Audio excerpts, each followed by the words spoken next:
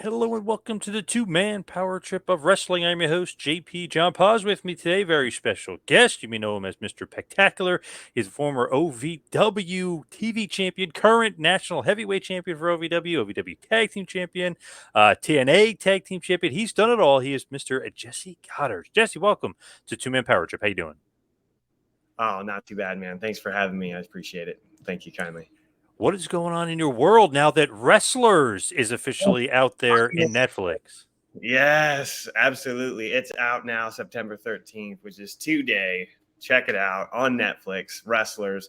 I think it's already gotten quite the buzz. I don't know if you've been able to check it out yet, but I mean, Yes. I think it's meeting and surpassing everybody's expectations, especially when it comes to the talent that was a part of it. So I'm super stoked, and like it's just so heartwarming. You know what I mean? It's awesome. So I'm stoked. When you think about it, there's like, wow, Netflix, number one streaming service. They're the best. Like when you really look at it, I mean, it's amazing. OVW and Netflix is a huge platform. Mm-hmm. No, absolutely. And it's exactly like kind of when I got brought in when I was talking with Al, like we kind of had a vision of what I wanted to do when I came back to professional wrestling. Yeah, I was just worried about a couple other projects at the time. And this is exactly in line with what we spoke about. We're trying to continue to elevate OVW. And I think this show is definitely going to be able to do so just because, I mean, you're burning the curtain down and like you're showing like our true underbelly. There's a lot of real stuff that's inside here, inside the entire show, and I think it's depicted awesome. Like Greg did such a phenomenal job, his entire production team. Like it's awesome, and you definitely got to check it out. And it doesn't matter if it's like from a casual viewer to anybody that's just kind of flipping through stuff that kind of wants to just check another show out, if that's on Netflix. So we'll see what happens, but I know that both for Al, Matt Jones, Craig Greenberg, they wanted to elevate OVW to be a household name, and I think that's exactly what happened. Last Chance You, Cheer. I mean, they've done some pretty damn huge projects, and you don't even have to be fans of cheerleading and the university stuff. I mean, all that stuff, right? I mean, to be a fan of wrestlers and get into it. Yeah, and the whole point, like for us, there's a lot of individuals, that get through high school, get into college, and then get into the real world, and unfortunately, that for lack of better words, die at 25, but then don't end up, passing away until much later. Because the dream kind of dies. Their dream, whatever they actually grew up as a kid trying to aspire to be, whether it's a firefighter, doctor, police officer, professional wrestler, football player, whatever the case may be. Whereas with us, like we're still trying, and myself, my story is a little bit different, with the things that I've been able to accomplish, in my career and whatnot. But I think this show is literally showing the trials and tribulations and then also the tutelage and like the dad father figure that Al Snow kind of is to a lot of individuals and a lot of people because he's looking out for all of us. So I'm excited, dude. I'm excited. Was on Netflix this morning. I was checking it out. I was able to watch one episode. Thank God. Just for now, there's 7, of course, that are out there. Yeah. Great stuff, great production. Everything is great. But first thing I know is from Netflix. I mean, it's up there. As soon as you sign on to Netflix, it's like the first or second thing on there. So nice little pub there from them. Yeah, it's like we're definitely in that little carousel wheel of like suggested shows for you or however it kind of pans out for them and stuff. So I think everybody's kind of behind it. I have a lot of friends in the industry that are producers, directors, casting producers, and stuff like that in New York and in LA. And a lot of people have already kind of heard about this, and it's got awesome buzz throughout every facet of entertainment, on whatever side you're on. So we're excited, and I think it's going to be awesome. How did this even come about though? Like, how did this kind of idea flourish with Netflix and obviously doing the documentary? Mm-hmm. I think if I do recall, Matt Jones had a connection as well as Craig Greenberg, and like when they kind of came in, they had a great idea and a great vision for OVW, and then it just had to come to fruition, and then somebody had to kind of take a chance on us. I think when Greg showed up, obviously Greg is who he is, so his reputation obviously is outstanding, with the shows that he has already with Last Chance You and Cheer. And he brought the same team along with him to shoot this, when it comes to the content, because everybody was still the same. Like, these are the same people that we've been bumping elbows with for the last 3 years. And like, some guys have been there for a little bit longer, you know what I mean? But for Greg to be able to capture that, it was actually, I'm pretty sure, like Matt Jones's and a handful of other people's like real big vision of what could potentially happen for OVW. We just need to get the story out there. And the vehicle of Netflix, kind of like what you said, it's just so massive. It's so massive. And it's a phenomenal platform to be able to showcase it on. And I don't think there's any better of a platform that we could have possibly even hope, wish, or dream for. And now it's out there, you know, like, it's just everything kind of aligned to this guy. I just started from like a little seed of a thought of an idea. And I'm sure Al had the same thing, because this is his baby. You know what I mean? Like, OVW is his baby. And I think that comes across very clear in the entire message of wrestlers. And he wants it to succeed. Like, wrestling is his life. You know what I mean? It's everybody's life, you know, because like, we're sacrificing our body and our well-being on a weekly basis to try and, you know, have this kind of form of entertainment. And we're just giving you guys a window into it. So When you look at, like, let's say casual viewer, they're just looking at wrestlers, let's say like my wife or something, she's going through Netflix and looking, how would you describe wrestlers to like the non-wrestler, like why, you know, why they would want to watch it? Like, you know what I mean? Like, it's almost like, what is this kind of thing? How would you explain it? there's different characters inside the show, and then there's storylines. Like, there's an all-encompassing storyline of like kind of like the big show that we have at the tail end. And it's just like and Cash Flow even kind of made a statement like, OVW is like the little engine that could, but then all of us are the ones that are working on it, you know, and everybody has their own respected you know, journey. And if it comes to your wife, like, it could be just different. I mean, we're all action heroes, you know what I'm saying? So like, if she likes action and that sort of stuff, like there's tons of that. Granted, there's violence in it too, but I think it's very kid friendly, because there's kids in there. My kids are in there, you know what I mean? And it's showcasing like little kids. There's showcasing what is elicited out of those little kids when they're going into the building saying, hey, I want to see Mr. Pec-tacular and stuff like that. So the real life characters, the fact that, granted, there's like a soap opera-esque relatability to it, because there's character development as well. I think across the entire gamut, like, the reason why Last Chance U and Cheer have such a great following and fan base is because it's like a catch-all. You know, we're not singling out anybody when it comes to viewership. And to me, I just feel like we haven't given up on our dreams. So just that in and of itself is us being the underdog and trying to continue to create or build something, either whether it's our own personal brand or OVW as a whole, you know? So like, you want to see us succeed, and you see how tough it genuinely is. And you see like the financial struggle, you see relationship struggle, you see the physical struggle, and like sometimes how much pain we're in, you know? So, and when my son wants me to be a dad, like, he doesn't care about any of that other stuff that I've already endured for the day. Like, he wants, you know, his dad to be there for him. And I think there's a family aspect of it. So just like across the board, like the entire gambit is covered when it comes to just like a casual viewer, you know? How important is the past of OVW to OVW now and the documentary? I think it brings a huge point of validity to it. Absolutely. Just due to the fact of just the mega stars that have walked through the doors of OVW, you know, in Louisville, Kentucky at 4400 Shepherdsville Lane. I mean, it's like Big Show. I think CM Punk was there.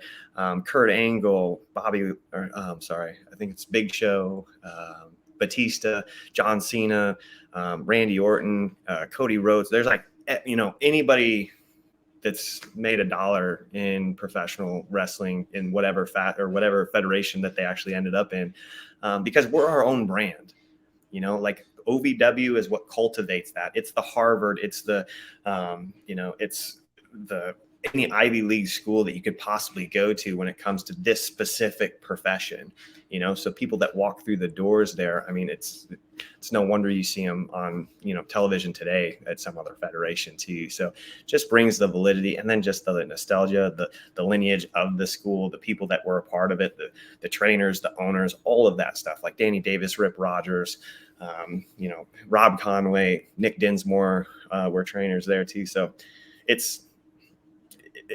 that's what it is. And then those guys come back too, you know, to help out, because that's where their heart is too. And it's the most fun that they probably ever had in their professional wrestling career, because there's it's not the pressure of having your life be completely dependent upon a paycheck, and that's how you pay your bills for your family at OVW.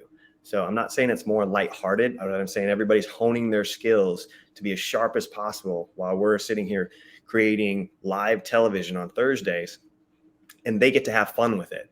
Whereas when they go, to AEW, New Japan, ROH, Impact Wrestling, WWE, all these other things, it's like you mess up there, it's a completely different story. So that's why like the feel goodness of OVW resonates true with everybody at whatever part of their career that it's actually in. And I think that's depicted as well too. What kind of drew you to OVW? Like you said, you're thinking about doing this and wrestling. Obviously, Big Brother. You've been out there doing all this stuff. What kind of attracted you to OVW?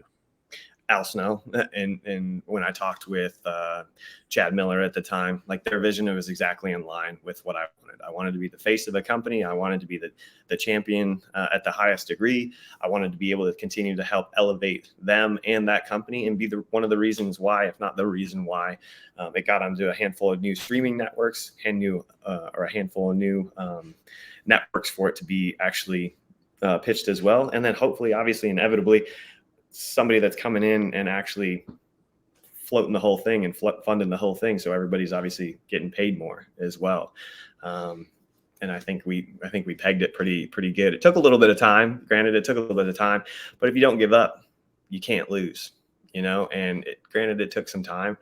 But here we sit, so I'm super stoked for it. And that's exactly why I came back to OVW, because I can point the finger at my body of work in the last 3 years and know that I was a huge part of it as well.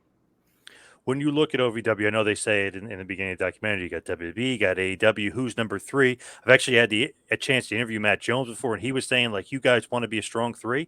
Where would you consider that? Like, what would you say, OVW? Are you guys at number 3 out there? Give us a little bit of time. Like, let us start rolling down this hill. And I think absolutely. And that's all. Like, I mean, John, if first say it's 30 million people that see this, say it's 10 million viewers, like that's, I mean, I don't know if you know what the ratings are on a weekly basis for, any of these other wrestling federations, and I'm not trying to take anything away from them, but that's like 3, 5, 10 times the amount. Just right there. And if it's, if it gets any more success, like even remotely comparable to what Last Chance U and Cheer has been able to manifest, I mean, we're talking 30, 40, 50, 60 million viewers potentially, and, upwards to who knows where it's at. So to say that we're not going to be recognized, like obviously across the country, but around the world, because Netflix is a platform that's around the world, it's not just here in the United States, is a farce, So I guarantee you, like, we're going to have recognition that's going to be far beyond what our wildest dreams can even kind of manifest, Who do you think is going to be like the big show stealer from this? Obviously, you're a huge name, and you're part of it. But Haley is obviously somebody people are focusing on. Cash flow. Who do you think is going to be kind of like the, hero, or not the hero, but like the unsung hero, if you will, of the story? I think everybody that's a part of OVW is going to be able to benefit wholeheartedly, because a couple of things are going to happen because of this notoriety. People are probably going to tune in on Thursdays now more than ever before. So the entire organization, the entire company is going to be able to benefit first and foremost. The guys that get, the most screen time, absolutely. Matt Jones, like the owners, all the owners, Al, and people that are being able to articulate their, story. Just when it comes to screen time equates to just notoriety. Absolutely. So to whatever capacity everybody's in, might be a little bit different, but knowing that, you're part of the organization, you're part of OVW, people are now going to be tuning in and seeing you and seeing that's professional wrestling, that's it. So if people now see you on your actual show, like we've now drawn them to our actual show. Do you see what I mean? So everybody as a whole is going to be able to sincerely benefit from it to whatever, whatever length or whatever capacity or minute by minute, breakdown it actually comes down to.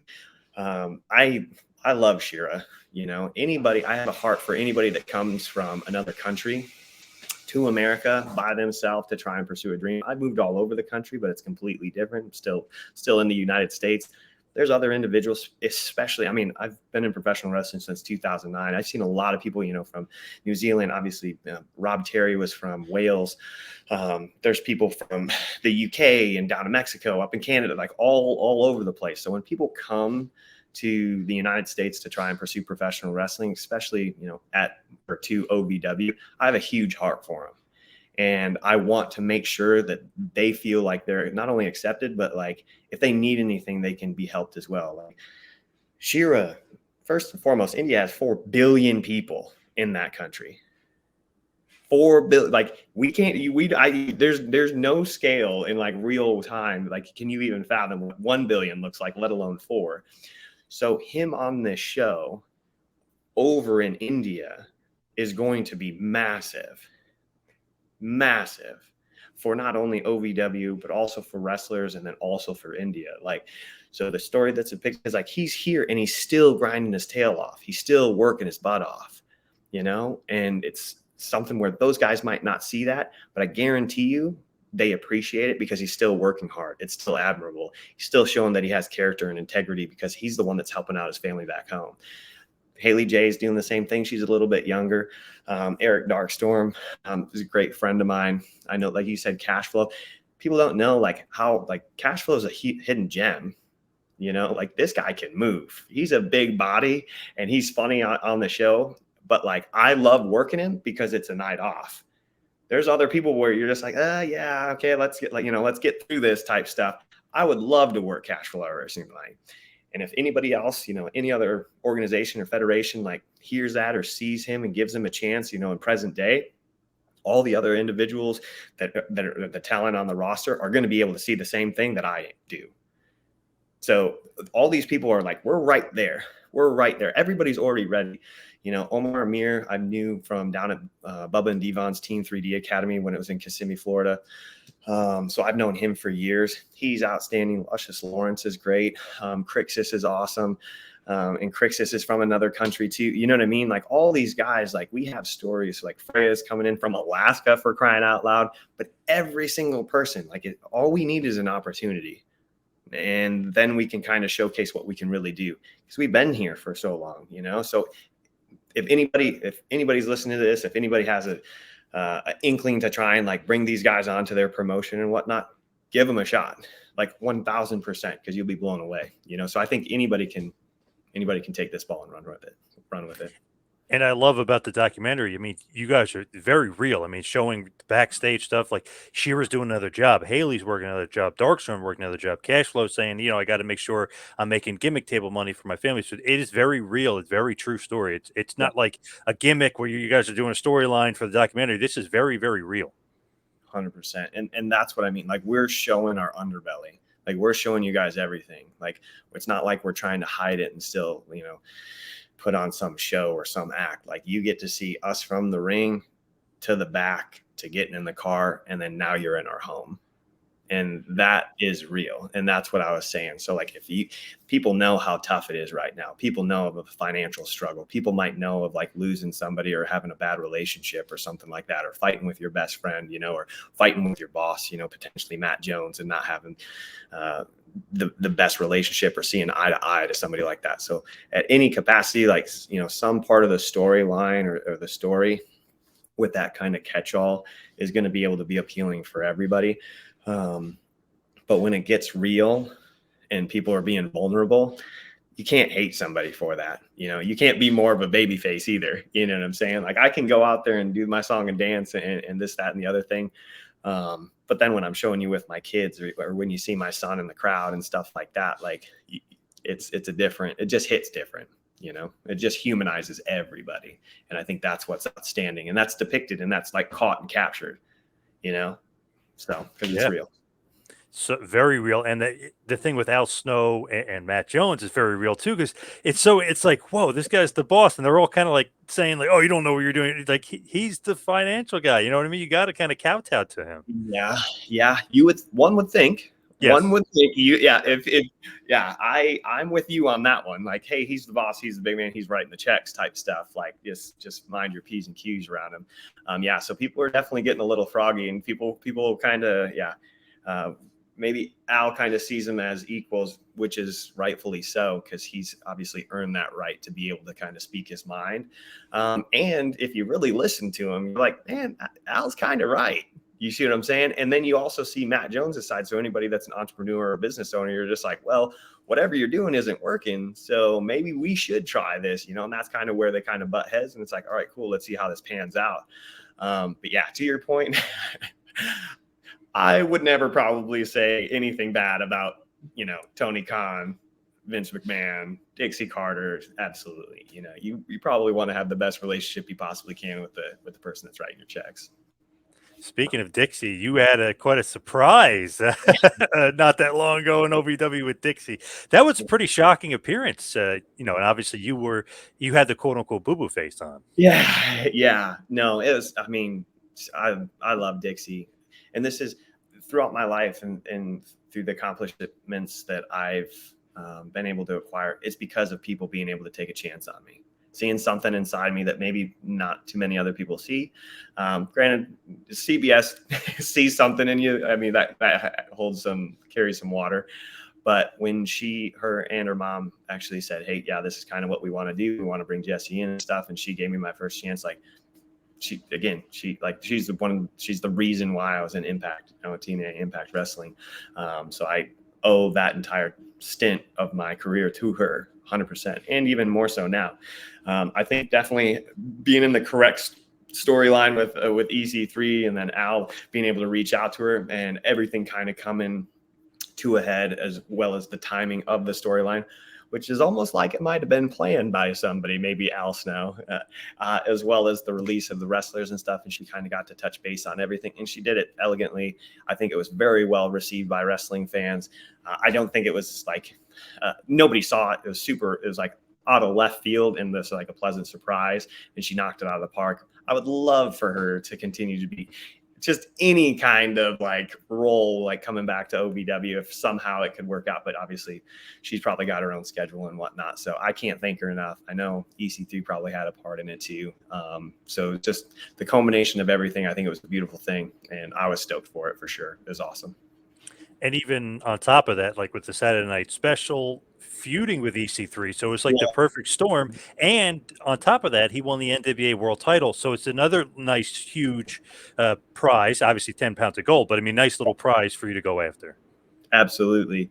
No, it's just everything. It just when it rains, it pours. And we've been anticipating the show Wrestlers since last year. And we were kind of on pins and needles trying to just see when it was going to get released, and then for storylines to come together and like being able to call in favors and stuff, and now just this huge plethora of national exposure that's ranging from the Wall Street Journal, Forbes, New York Times, like all of these platforms, and obviously just being on Netflix, like everything's just come to this exact, the pinnacle of this moment in real time, September 13th of all days, like the tail end of 2023. It's crazy, it's good time to be alive. So. For sure. Is the NWA World Title, I know obviously you're OVW National Champion, but is that on the radar there? I mean, do you want to win it? Do you want it to be that, or is this just a thing with EC3? We'll definitely see. I know that it's more so him. I mean, he's got, first off, a great character. I have nothing but respect and admiration for the NWA and Billy Corgan. Like, Billy was phenomenal to me as well when I was at Impact Wrestling, and we had great talks. And his mind for professional wrestling is in lockstep with Al's, so that's why him and I get along swimmingly. You know what I mean? So to whatever capacity he would want to maybe flirt with that idea, I think we definitely have something between EC3 and myself. Like, that's going to be able to be a draw. We just have to find the right circumstance for it, and then set up the right match for it as well. Granted, we got to touch a little bit for the first time just recently on Saturday.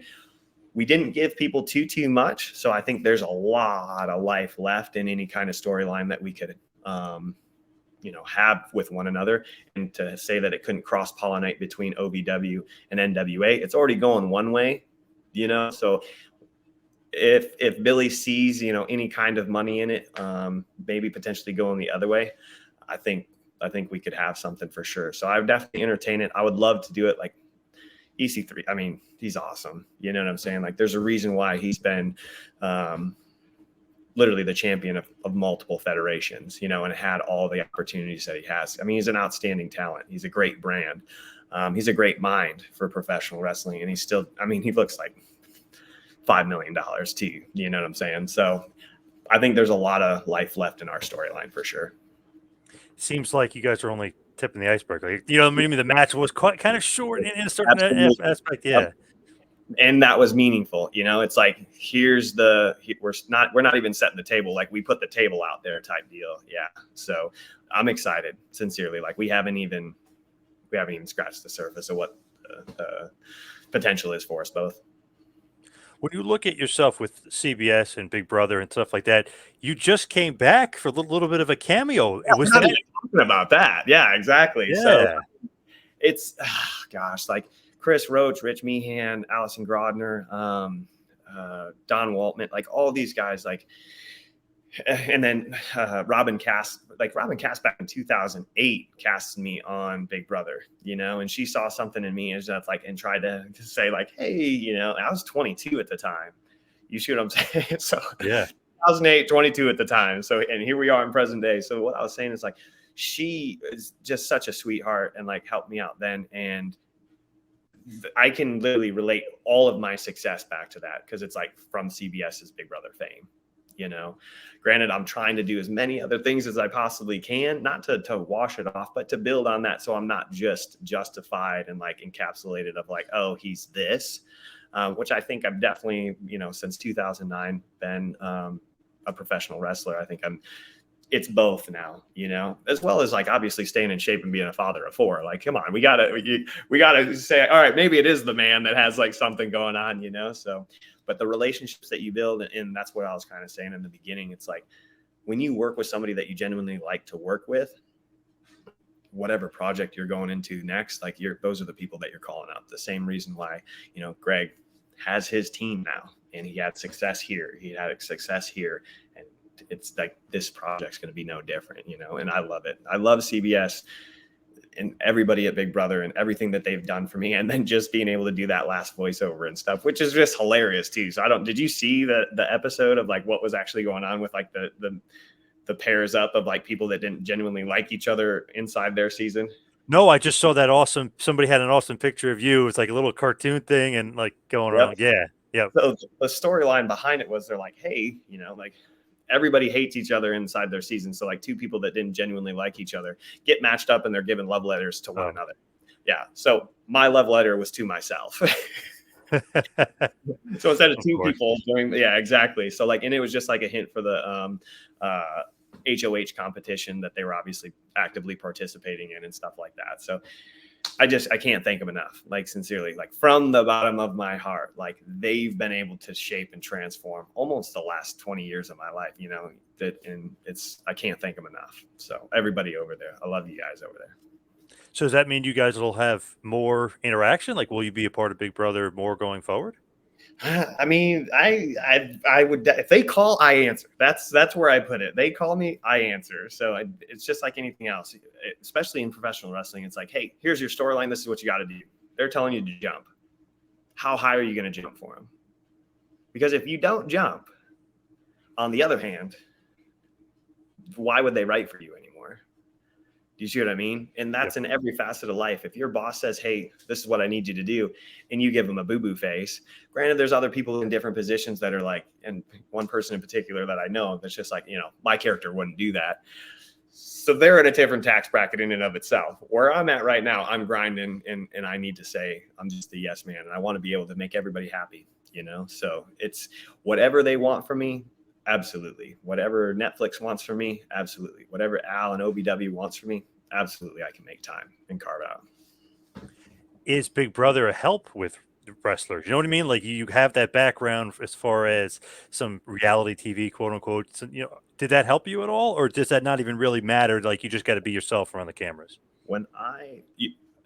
Okay, so are you saying the experience? I thought you meant because of the fame going into professional wrestling. Are you saying the experience of more so the experience of it? Yeah. Gosh, yeah. It's completely different. It's completely different because with professional wrestling, I'm trying to be a character, whereas with Big Brother, I'm trying to be myself and genuinely trying to cultivate and garner and manifest like genuine, heartfelt relationships with individuals inside there to then make it further in the game. Which is why, like, I don't know if you saw my tenure inside the show or like my stint inside the show. These are genuine relationships that I'm making with these people. So like when I got sent home, like the way, the 2 times that I did, both of the evictions were split. Like it was like the deciding vote was like one person, before I went home. And then also like they had a funeral for me afterwards, which was organic and not contrived like Dan Giesling's little funeral for himself, where Right. he Yeah. was having his little moment. The reason why I say that was like those are genuine like feelings from those individuals that were like, man, Jesse just got hosed. Here's what he was saying. And like, it was like a crying moment, in that sense. But because of the genuine heart relationships that we had with people going forward, though, like when it comes to the fame, getting into professional wrestling, I know you didn't ask this question though, but it was almost like a whole nother hurdle. What you thought would be like something that would help me. Granted, it helps with the fans, but it definitely doesn't help with the boys in the roster because they're just thinking I'm there for a cup of tea and a quick buck. And it'd be like a banker going into a butcher shop saying, hey, I'm going to cut some meat today. And all the butchers being like, no, you're not. Like, you don't know what you're doing, So that was like a huge hurdle to try and gain the respect of everybody inside there. Granted, there's people that have physiques that understood like kind of where I'm coming from and like what I've been able to accomplish isn't something to shake a stick at. But there's other diehard guys that started out as backyard wrestlers, went through the indies and kind of just like ate crow, for years and years and years. And then they're finally at a federation where they're getting their opportunity. And then I come walking in. So it was granted 2 different questions there, but yeah, nothing comes easy. Nothing comes easy. Does that mean though, like you'll get heat, so to speak, because like, oh, this guy's from the outside world, this guy's from Big Brother, like, you know what I mean? Is that automatic, like, we don't like this guy kind of thing in the locker room? Everything's situational because even with like Austin was a professional wrestler too, but he was a professional wrestler before. Do you see what I mean? And then he got on Big Brother to try and like it was almost like the other way around. So he's a professional wrestler, went on to Big Brother, got some fame, went back to professional wrestling, and took off from where he's at now. It's Luchasaurus at AEW, and then friends with like John Morrison for the longest time, and had a lot of friends in the business too that could probably help. So it's like 6 in one hand, half a dozen in the other. I don't think anybody that's on reality television, and I think that's what you need to do because we have to become our own brand with like social media. That's the appeal now. Like that's what makes people sexy, as crazy as that is, like followers and like where your count is on whatever platform. And like some platforms has more justification or validity, if that makes any sense, or like certain companies want people on a specific platform because then they want to push a product or something like that, or push a TV show or push whatever it is, push their agenda, push their message type stuff. So that's the way of the world. So I don't think any kind of exposure, because we're all fighting for eyeballs. I mean, yourself included here on the show. You know what I mean? Like, you need people to see it. So I'm just curious, though, like outsider perspective, maybe that's why you like Matt Jones so much. It's like the outsider coming into the right. well, I like sincerely, and this is like from a true place. Like, I'm a business owner. I've had 3 different businesses, and one of which became like a 7-figure business, that I'm still running and stuff. I more respect the business ownership aspect of it and how hard and tough it is to keep people happy. And now, if you really want to think about it, we're all 1099 employees, which is even tougher because you can't tell us when to show up. You can't tell us when to do something because we have to, as long as you hire a contractor and he gets you a plumber and that plumber comes inside your house, you're not telling him when to show up. You want the job to be done. You want us to be able to go out there and perform and actually have an elicited true emotion. Does that make sense? I think that's going to keep going. So hold on. I don't know if we can pause this, but I think that might keep screaming. Sorry. No, it's all good. Yep. Gotcha. So, but yeah, I respect the business aspect of it, of Matt Jones. When you look at like wrestlers and the documentary, meaning and you're being filmed, does that also help with Big Brother? Like, you know what I mean? Like, oh, he's on wrestlers, let's get him back, his name's out there, you know what I mean? Like, it's like you're saying, social media, getting numbers and stuff. It's like, oh, this guy was just on a hit documentary. Last Chance You, Cheer. I mean, putting that out at an atmosphere, does that help you get back on Big Brother and things like that? I think you're onto something there, absolutely. But I think it's more so CBS and all these guys that are the producers, like Chris Roach and Sean Laws, like all these guys took a chance on me like years and years and years ago, and they're proud of me, because like they've seen what I've been able to accomplish. And not many people, like, granted, Big Brother, there's a lot of people that have been on Big Brother, and some stay in their respected professions and stuff, because it's not, I mean, granted, it's $500,000, but at the end of the day, like, what else are you trying to do? Because there's some people that actually go into other facets of entertainment, and it might be short-lived. Whereas I'm still in, present day, being able to have a career, and they're being able to bring me back on, and I think proud of it. So I think that might be an element of it. I think what you're saying, everything, the culmination of everything, it's just like the perfect storm, and I'm able to get brought back on, and the timing of the show and what they actually need too. It's also good for the wrestlers, like somebody that's recognizable, like a recognizable face. Besides Al Snow, I mean, one of the wrestlers, like, wow, we know who that is. That's Mr. Pec-tacular. That's also good too for the wrestlers. Yeah, and for all the PR that happens and stuff too, and being able to just get the message out there with a familiar face. You're 1000% right. Absolutely. Do you still talk to Luchasaurus? Any sort of relationship still, or no? Through social media, I keep in contact. I mean, that's, it's like a high school friend, if you will. You make the relationship what it is. Everybody's just doing their respective journey in life and whatnot. But yeah, you just shoot them a message and stuff. Absolutely. What else have you got going on? Because I always see Muscle Tech. I mean, I always see you've got so much stuff going on. It's insane. I know, and I love these guys. So Muscle Tech is actually a company that I want to like I don't know if you remember. I'm sure you do. Like all the muscle magazines, like Muscular Development, and oh yeah, like all the magazines that have all these huge bodybuilders in it, and like Jay Cutler was sponsored for the longest time, and it's like, my goodness, like to now, like, if you would have told me when I first started out in bodybuilding and like my physique and like journey in fitness, that I was going to be able to somehow be with the company in present day, like, there's no way you could have convinced me of it. And it's just like, again, all the stars aligned in the sky. Like IO8 is actually up in Canada, and they're some of them are huge fans of Jessie from Big Brother too. So everything helps out, and then in present day, obviously still looking pretty decent, No, I'm just kidding. I'm pretty close to the best shape of my life right now. And it's because of the supplements of Muscle Tech being able to help. They came out with a ton of brand new products and supplements too, like Euphoric and their Burn IQ, which is just, I know first and foremost, it's like caffeine is the best. Obviously, everybody pumps themselves full of caffeine to get through the day, but the actually active ingredient inside the Euphoric and Burn IQ is called paraxanthine, which is pretty much all the good traits of caffeine and like none of the negatives. So like I've been living off this stuff for about a year and a half, and like I'm excited to go to the gym even today, and that's what we're doing right after this and whatnot. So, but yeah, I love everybody like Nick Hesse over there and Rob Leone and Matt Reagan. Like it's crazy, and it's awesome that I'm still being able to do it. Working on a book right now too. Working on a handful of other projects. Obviously, I have Whacked Out that's going to be pretty sure being aired on Tubi, but not too much about that. But being a host of Whacked Out was awesome. It's kind of like ridiculousness meets, America's Funniest Videos meets, bottle shots and people being lit on fire type stuff. So I don't know if you've seen any of that stuff, but flamethrowers and cars going through the air and like Travis Pastrana, like that kind of stuff. So it's going to be crazy, and that'll be coming out here shortly too. But no, I appreciate that.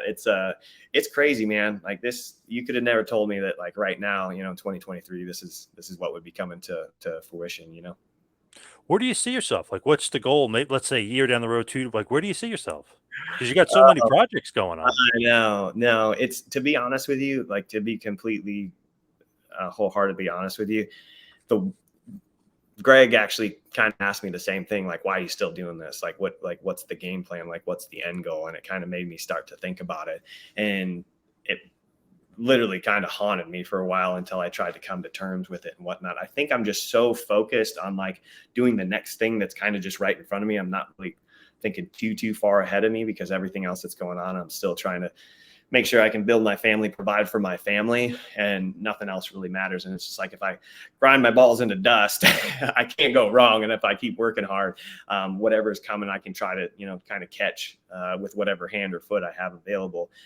I always remember growing up too, like older guys saying, like, back in my day, like, especially when I was like first starting out working out, everybody was like, oh, I used to be your size. Like, oh, back in my day, I used to be like that. And like, it's always kind of stuck with me. And I don't want to tell my kids that. I want to show them in real time.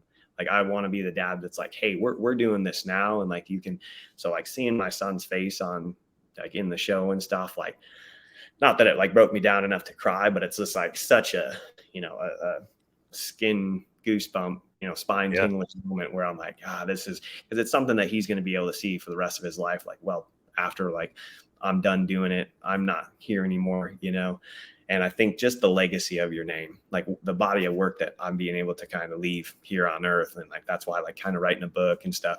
Granted, it might be a little narcissistic because you're trying to like do it for maybe those reasons, but it's like, men die twice, when we're here and when the last person utters your name, while we're here. Because we probably don't know our grandparents too well, and we sure don't know their grandparents probably at all, but that's part of your family. So I just want to leave as big a mark and as positive as possible. And that's pretty much it, to be fully honest with you on that. So that is true. Like, the legacy you leave, you never know like when it stops, because certain people like, what was your grandparents' name? And like, well, yeah, I remember them, but I don't remember their parents. You know what I mean? The legacy stops at some point. Yeah. So it's a little bit deeper. So you probably got more than you bargained for on that question. So it's not just about projects. It's like kind of just my last name. So I love that, though. The legacy of Mr. Pec-tacular, trying to keep it going, and hey, yeah, maybe your son, after being famous now that he was on Netflix, you know what I mean? He'll keep it going. Yeah, he's a little ham. Actually, my daughter is this. I mean, I love. It's just I love my kids. God, it's just the best, and that's why I work so hard, sincerely. Like, I already work hard enough for myself, and I'm sure you I'm sure you've seen, the accolades. I don't know if you've ever gone to MrPec-tacular.com, but anybody that's watching this, go on over there, and see the grocery list of things that I've been able to accomplish, and everything that I've been able to do, like, even from the Amazon series of Tainted Dreams, and being on The Talk, being on Young and the Restless, like all of these things, everything. It's been a crazy ride. And I think of everything that I've done, like wrestlers, like this project is like, I don't even know what the success that we could potentially be seeing, because of something like this. So I'm excited and nervous, you know what I mean? Because it's just like, what do you do? It's like, how much am I going to be charging people now? No, I'm just kidding. That is true. Yeah. When you look at it's kind of like, you don't know. Could it do 10 million? Could it do 30 million? You know what I mean? You don't know what the audience could be. It's like untapped almost. Yeah. No, and you're spot on. And I'm anxiously excited about it. You know what I mean? Because it could potentially. I mean, it'll for sure change a lot of people's lives. Like, 100%. It's just like, where are they going to be, and like, how is OVW going to continue on as a company from there? You know what I'm saying? So, because I think a lot of people are going to get a ton of opportunities here, like in the very near future. So I'm excited for it. I know you got so much things going on, OVW wrestlers. I mean, obviously the Big Brother cameo. Ever any thought of going to WWE or AEW? Has that ever been on your mind, or you're just too busy and focused on other things? Yes, to the simple answer, absolutely. Like, to say that I wouldn't is a lie. Like, if the opportunity presented itself and we could negotiate something, absolutely. I want to be somebody that they see value in, be so good that they can't deny you type stuff, and there's certain individuals, there's certain characters, there's certain personalities, there's certain brands that people want to have on their show. And I want to be that guy. I want everybody to kind of see, especially, with the notoriety and the fame that even we can kind of launch from wrestlers as well, and parlay that into the next chapter or the next phase of my career too. So, to whatever capacity and whatever federation, like, all opportunities are welcome. Like I'll mull through them and stuff. And I definitely would love to be able to just be on a bigger stage. Absolutely. Because like everything's about a platform, you know, I see it as a vehicle. OVW is definitely a vehicle. Like you're being able to hone your craft, and they can kind of see a body of work, you know, in real time. Like I don't need to submit any of my most recent matches because they probably already know. Like people in all federations are watching OVW. Like don't get it twisted, you know, because there's still people that steal stuff from down here. There's people that then mirror our storylines literally the very next day in other federations. So don't think, but in that same breath of air though, I also know that we're not reinventing the wheel. You see what I'm saying? So it's not like we're coming up with something so brand new. I haven't though seen not one person, which is crazy to me. Not one person has come out on a Segway other than myself. I am the only person. So you will know for a fact somebody steals it from Jessie, Mr. Pec-tacular, from wrestlers, from OVW.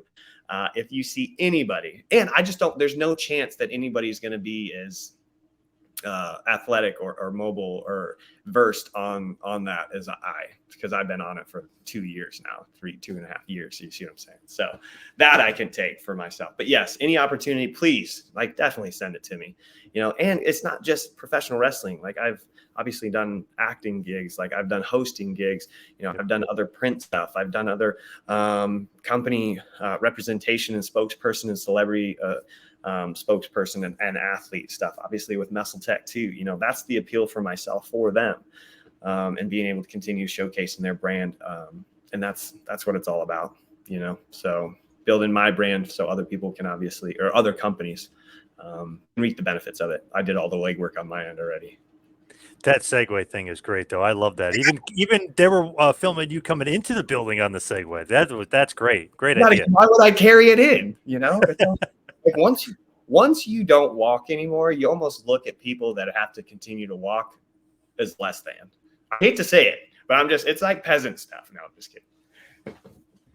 Where did that come from, though? I mean, that's such a great idea. You're right. Nobody's done it that I've seen. Yeah, I mean, it's definitely all me. It's all my idea, but it went with the character because, you know, like just the guy from Hollywood that gets everything handed to him and, like, you know, has, you know, butlers and maids and all this, that, and the other thing. And it's just like, instead of me getting out of the Rolls Royce and going to the jet, I'll get on the Segway to get to the jet to then walk up the stairs and sit inside type stuff. So, and then it was just a natural fit. And it's even more beautiful when I'm going around the ring in front of people and I'm flexing right in their face, and I just scoot past, and I'll scoot past somebody that I know is like giving me a hard time, and I'll scoot back in front of them. Like it's just, I love it. I think it's awesome. And like, just how like pompous is it? You know what I mean? It's just like and like, you know, I love the Outrunners too, like Truth and Magnum and stuff, or Turbo, sorry. And they were doing their spins, but on my Segway, I can do like a slow spin while still flexing and not having to do anything. So I just think it's just the full embodiment of Mr. Pec-tacular, just in and of itself. It's just such a beautiful package, you know? So it's going to get stolen, though. Too many people are going to be watching it and they're going to see it. It's going to get stolen. They'll get shit on. The internet it never loses. The internet does not lose, you know? So they can do it, but I have stuff from years and years ago. So, and then it'll just be the battle of the Segways. Who knows? Then we'll just go into a storyline right there. Some writer will be like, you know what? I like this guy more than I like them. And that's the true pecking order and hierarchy of professional wrestling. When somebody comes in, somebody else is losing their job. There's only so much time. There's only so many spots. Yes, the roster is deep, 100%. But it's just like on a football team. What is it? 53 people, 51, 52 people, 53, whatever. Yeah. Yep. 53. So for somebody to get hired, somebody has to be fired. So are you taking the person out at the bottom? Or are you trying to take somebody else up at the top? Because that then pushes them down. You know, it's just like when people get brought into any federation and then they just go straight to the top. So then all the other people that have been there and the fan base, you know, that's sitting there watching this is like, well, I've invested so much time, energy, and effort into these characters, and now this new guy kind of came in and went straight to the top, you know, and it's just like, okay, they better be really good, or you're just forcing it down their throat, you know. There's just such a psychology of not only professional wrestling, but storytelling. It's beautiful, you know. It is a soap opera, It's a Yep. glorified man loving soap opera. And, we're all oiled up and we're beating up our, our friends and foes. But I love it. I love it. And I think everybody else, I want to share that, because it is artistic and then it does get real. And then the drama behind it, so the wrestlers is going to be, I'm excited. I don't know to what capacity it's going to be, or what the magnitude of the show is going to actually, what lengths it's going to reach. As we hit the wind down here, we'll head towards the finish. I just got to ask this. How often do you work out? What's the workout routine? Like, how do you stay in great shape? You know what I mean? All year round when you're doing so much other stuff. I've been, so I don't know, hopefully you know this, but I used to work for the railroad way, way, way back when. It was actually my summer job going out of my first year of school. And then I continued to do it, but I was always eating. And I was leaner in my senior year of high school than our 103 pounder at 145 pounds. So I was pretty lean, had good size, continued to go to the gym my first year of college, got accused of being on PEDs, performance enhancing drugs, got into professional or natural bodybuilding to show everybody that I was getting tested. I then won all those shows, became the youngest natural professional bodybuilder in the country at the time. I was 20 years old, went to a talent search thing, won that out in Las Vegas. And then I was like, man, I'm living in Iowa. I have to go somewhere else. I knew I had to go to New York or LA. Moved out to California because I wanted to chase babes and waves. And that's exactly what I actually wrote in a lot of yearbooks when I graduated high school. My point is, one, I grew up on a farm and I had the discipline literally instilled and beat into me to eat the same, or like to do the same chores that were, tedious, mundane and monotonous day in and day out, like picking up sticks and all this yard work. So implementing those and that discipline to nutrition, once you're living out on your own and not living at home, having like very carb based meals with a family of 5, because my mom's obviously doing what we can on the budget that we had, which God bless her. I love her. I see it now having my own kids, having 4 kids. It's just like, man, we really got to stop buying steak and salmon, which is what I'm accustomed to, because now that's what all my daughter wants to eat. So imagine a 2-year-old and all she cares about eating is steak and salmon, because that's my reality. My point is, all of that discipline was able to get transferred into my diet and nutrition. Again, from the most monotonous, tedious, or like bland foods, and I just ate them all every day. Then going into actually the training aspect of it, I just knew like training's easy. It's only an hour to an hour and a half. I say easy because like it's second nature for me too. Like people waking up and brushing their teeth or going to the restroom, like it has to happen, But then just a compilation or compound effect of years and years and years until present day, like still being natural and being able to have my physique and staying healthy. I think a lot of people try to acquire a physique such as mine. Granted, by taking shortcuts in the wrong way, they might get hurt, injured, this, that, and the other thing, and then they fall off and they never really earned it to begin with, Whereas, try to look back in the last, I don't even know, 17 years, 18 years, and try to find a bad photo of me. And it might take you some time, but it's all because of the consistency. It's all because, it's now second nature and it's been a part of my life, and there's anomalies out there. Rob Terry is the biggest freak I've ever seen in my entire life. Yeah. Like 1000%, him and Bobby Lashley. And like, that's where my physique kind of fits as though, like these are the guys that I was, being compared to, especially at Impact. We had the best bodies in professional wrestling as far as I'm concerned, like bar none. Like I'm a professional bodybuilder. I know. Phil Heath came in and, said the same exact thing, and he got to share a part of it. But everything stems from that discipline. Everything stems from like my Iowa roots and stuff like that, and just growing up in the work ethic, So do you have to work out every day? Yeah, absolutely. I would say like 5 to 6 times a week. Yeah. So still in present day, it's as simple as that, I don't know, but I think, being able to do that, but for years is that compound effect, is crazy. So, but that's what it takes, and then you can still live life and eat, have desserts and stuff like that. Like, it's not like you have to sacrifice a lot, but especially with representing Muscle Tech, I try not to. Yeah. So that makes sense. Hey, that's why you're Mr. Pec-tacular, right? Hey, I can't be Mr. Fat-tacular. I think the gimmick would be over at that point. Absolutely. You're spot on with that. I can't. That's the gimmick. which is also why I think, Ultimate Warrior came out and was wearing a suit for a little while, because like his physique might have fell off for a hot minute, but Right. For sure. Where can everybody find Mr. Pec-tacular? Social media, website, everything. absolutely. So social media, everything's pretty much Mr. Pec-tacular. So MRPEC, and like the little blue check will come up on Instagram, but it's MRPEC _ TACULAR, and MrPectacular.com for everything Pec-tacular. I still got shirts on there, 8x10s. I want to start doing like some cameo stuff to like talk to people. I'd definitely like to just give back and try to help people in like present day, because there's a lot of guys. I have a lot of friends that are hurting, if that makes any sense. And I'm saying hurting like just in life, because life's a lot for a man.